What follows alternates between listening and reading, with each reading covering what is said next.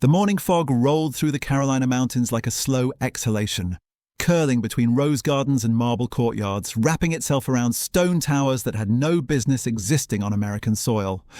And there he stood, James Ashford Caldwell III, railroad heir, rogue industrialist, builder of impossible things, alone on a balcony the size of a ballroom, watching dawn crack open over the kingdom he had willed into existence. 8,000 acres of sculpted wilderness stretched beneath him. 250 rooms of cathedral silence waited behind him. Imported ceilings, glass-domed winter gardens, underground tunnels carved through bedrock. A private lake blasted from the mountainside itself, now catching the first gold of sunrise like a mirror held up to heaven. A billion-dollar fantasy made real. And yet, his hands gripped the cold marble railing.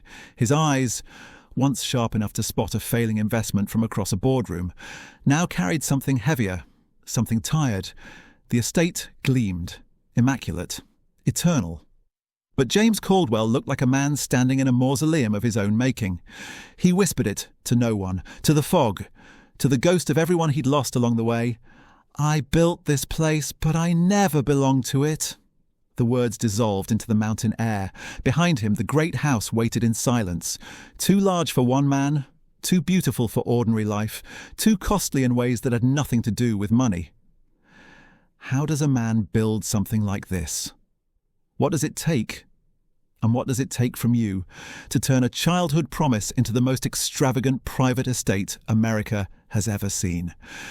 To understand this place, you cannot start with the marble or the blueprints or the headlines that called it obscene.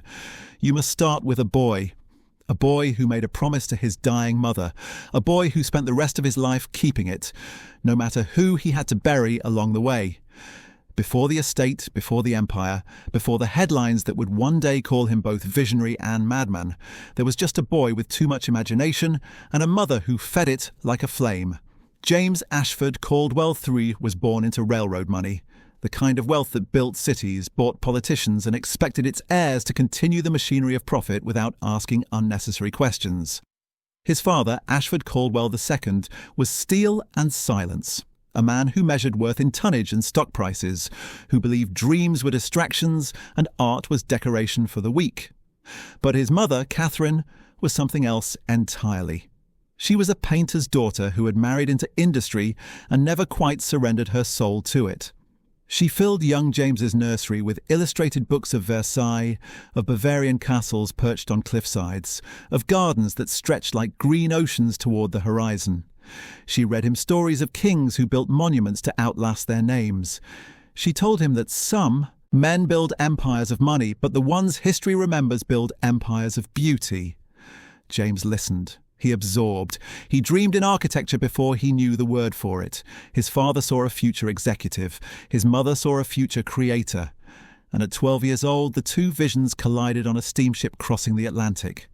The family toured Europe that summer, a trip his father called cultural obligation and his mother called the real education. James watched the French countryside roll past train windows like a living painting. Vineyards stitched across hillsides, chateaux rising from morning mist as if they had grown from the earth itself. Then came Versailles. He stood in the Hall of Mirrors, sunlight fracturing into 1,000 golden shards around him, and something inside his chest unlocked. Not awe, something deeper, recognition.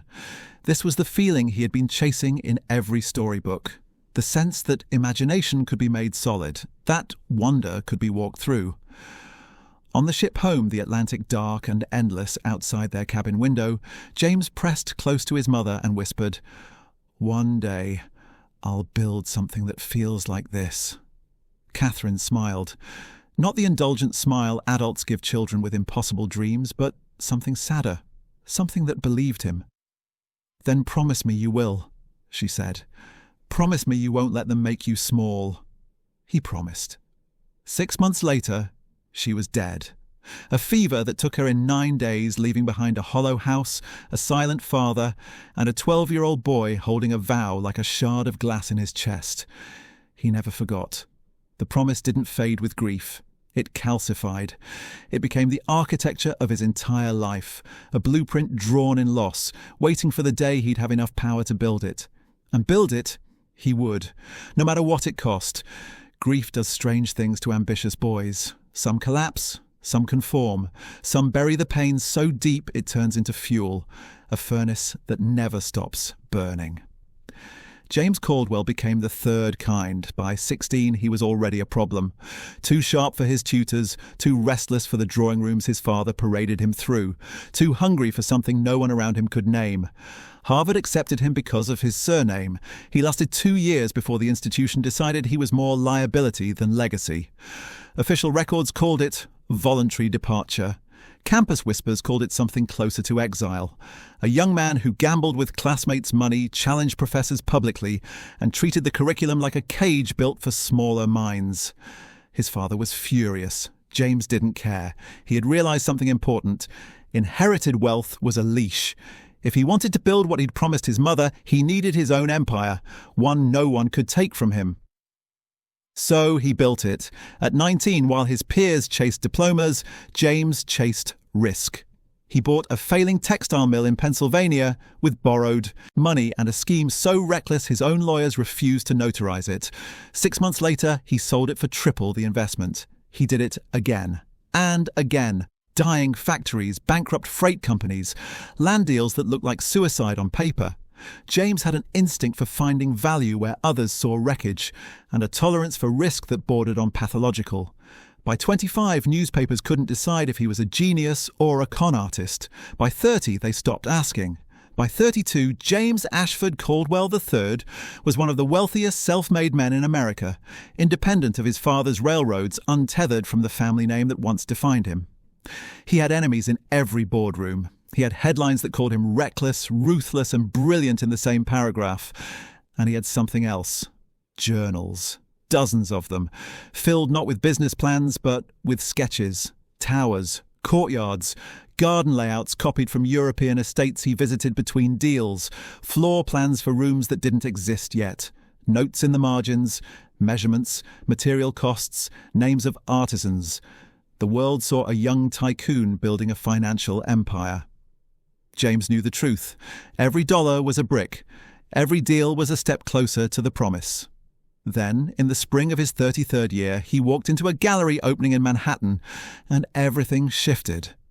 Her name was Eleanor Vereen, French-born, a sculptor whose work critics called emotional architecture, stone carved to capture feelings most people couldn't name. She stood beside one of her pieces, a twisting marble figure that looked like grief-given form, and she watched James study it for 10 silent minutes. When he finally spoke, he didn't offer flattery. He said, "You made something invisible visible. How?" She looked at him, really looked, and answered, "The same way anyone does. I lost something I couldn't get back, so I built it instead." James bought 3 of her sculptures that night. Not for decoration, for proof. Proof that someone else understood. Within months, Elena became more than a fascination. She became the mirror James didn't know he needed. She saw past the headlines, past the bravado, past the empire, and found the boy who once stood in Versailles making a promise he still intended to keep. She didn't want his money. She wanted his wonder. And for the first time since his mother's death, James Caldwell felt seen. The estate had always been a blueprint in his mind, but Elena turned it into something urgent, something alive. If he was going to build it, he was going to build it now. Not for legacy, not for ego, for the version of himself she made him believe was still possible. James didn't buy land. He bought a kingdom. 8,000 acres of Carolina wilderness, fog-wrapped valleys, ridgelines that caught the sunrise like altars, forests so dense they swallowed sound, land that locals called untamable, land that engineers said would bankrupt anyone.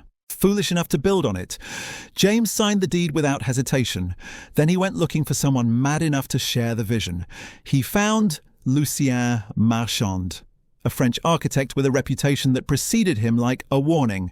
Marchand had been blacklisted across Europe for excessive ambition, designs so audacious that patrons fled and contractors quit mid-construction. He built a chapel in Lyon with a glass ceiling that wept rainwater into indoor streams. He designed a private library in Brussels with rooms that spiraled downward into the earth like a descent into the subconscious. Critics called him unstable. James called him perfect. Their first meeting lasted 11 hours. By the end, the table was buried in sketches, towers modelled after French chateaux, a great hall with ceilings stolen from a dismantled Spanish monastery, courtyards lined with marble imported stone by stone from Italian quarries. Marchand looked at James with something between disbelief and reverence. "You don't want a house," he said. "You want a world." "I want a feeling," James replied. "Build me the feeling I had when I was 12 years old and believed impossible things were possible."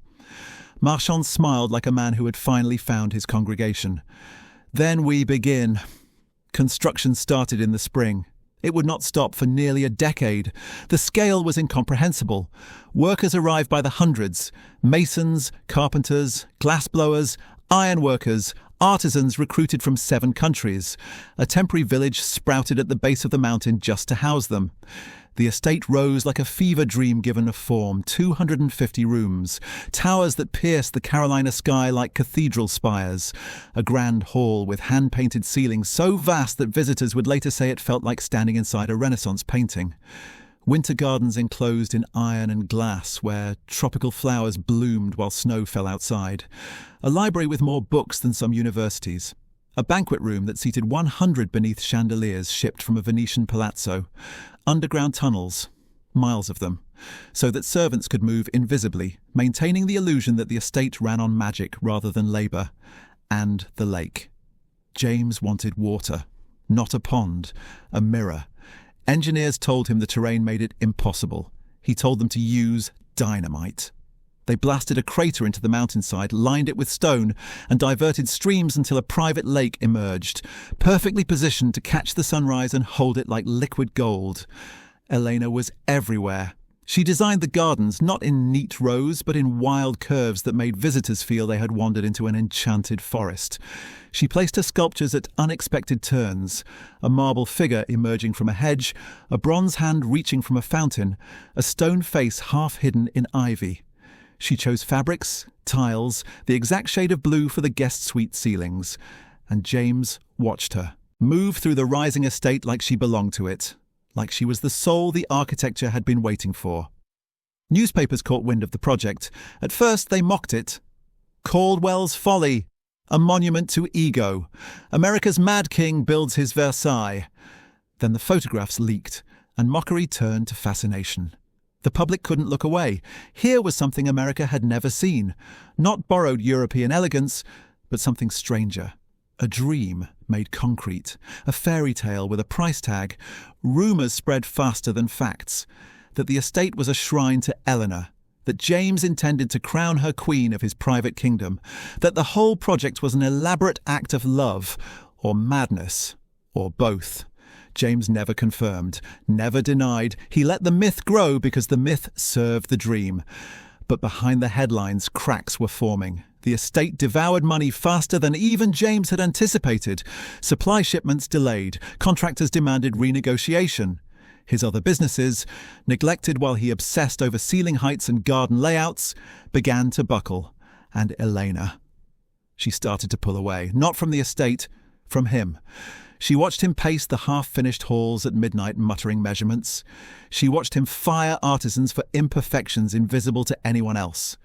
She watched the man she loved disappear into the dream until she could no longer tell where James ended, and the obsession began. One evening, standing in the skeleton of what would become the grand ballroom, she asked him, "James, when it's finished, will you finally rest?" He didn't answer. He was already looking past her, calculating how the moonlight would fall through windows that didn't yet exist. Eleanor said nothing, but something between them shifted that night. The foundation was set. The walls were rising, and the first fractures, invisible, inevitable, had already begun. The estate was finished on a Tuesday in October. No ceremony, no champagne, just James standing alone in the grand hall as the final chandelier was hoisted into place, 10,000 crystals catching the afternoon light like frozen stars. It was done.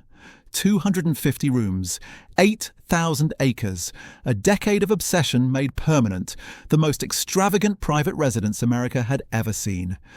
And James Caldwell felt nothing. He walked the halls that night, footsteps echoing off marble floors, past sculptures Elena had placed, beneath ceilings Marchand had agonized over, through gardens that had taken 3 years to perfect. It was everything he had promised his mother. It was everything he had shown Elena in his journals. It was emptier than he had ever imagined. The collapse came slowly, then all at once. The markets turned. Industries that had bankrolled the estate crumbled under economic pressure. Creditors circled. Business partners who once begged for his attention now avoided his calls. James had poured so much into the dream that there was nothing left to cushion the fall. Newspapers that once marvelled at his ambition now sharpened their knives. Caldwell's kingdom crumbles.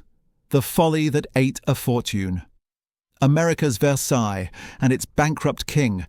He sold assets, liquidated holdings, borrowed against the estate itself, the one thing he swore he would never risk. But money was not the cruelest loss. Eleanor left on a morning in March. No argument, no ultimatum. Just a quiet conversation in the winter garden, surrounded by the tropical flowers she had chosen, beneath the glass dome she had designed. She told him she loved him, that she always would. But she could not stay. "You finished it, James," she said. "But somewhere along the way, you stopped building it for us. You started building it for something I can't compete with." He reached for her. "I built it for you. All of it. Everything." She touched his face, the same way his mother once had, and her eyes held a sorrow too deep for tears. "No, you built it for a boy standing in Versailles. You built it for a promise you made before you knew what promises cost." She kissed him once. And then she walked out through the garden, past the marble fountain, down the winding path lined with her own sculptures. And she did not look back. James stood there for a long time. The glass dome above him caught the morning sun. The flowers bloomed, indifferent to grief. He lived another 11 years. The estate survived. Barely. Debts were restructured. Staff was reduced. Entire wings were closed off. Furniture draped in white sheets like ghosts waiting for guests who would never come. James became a recluse in his own kingdom. He wandered the halls at night, sometimes speaking to no one, sometimes speaking to everyone. His mother, Elena, Marchand, the boy he used to be. Visitors who came in those final years said the same thing. The estate was magnificent, but its master seemed like a stranger inside it, a man haunting his own dream. He died quietly in the bedroom overlooking the lake he had blasted from the mountainside. The sunrise that morning was golden, the exact colour he had spent a decade trying to capture. Whether he saw it, no one knows. The estate passed into new hands, then into public trust, then into legend. Today, 1 million visitors walk those halls each year. They marvel at the ceilings, the gardens, the impossible scale of one man's imagination. They take photographs in the grand hall, they wander the winter gardens, they stand on the balcony where an old man once stood alone, watching fog curl through the mountains. Most of them don't know the full story. They don't know about a mother who believed in magic, about a boy who made a promise on a steamship crossing the Atlantic, about a woman who walked away because love wasn't enough to compete with a ghost. They see the beauty, they miss the cost. And maybe that's the truth of all impossible dreams, the ones grand enough to outlive their creators. We inherit the wonder, we forget the wreckage, but the estate remembers. Every stone, every window, every empty room, it remembers the man who built it and the price he paid to keep a promise that was never meant to be kept. Greatness doesn't come from what you build, but from what you are willing to lose to create it.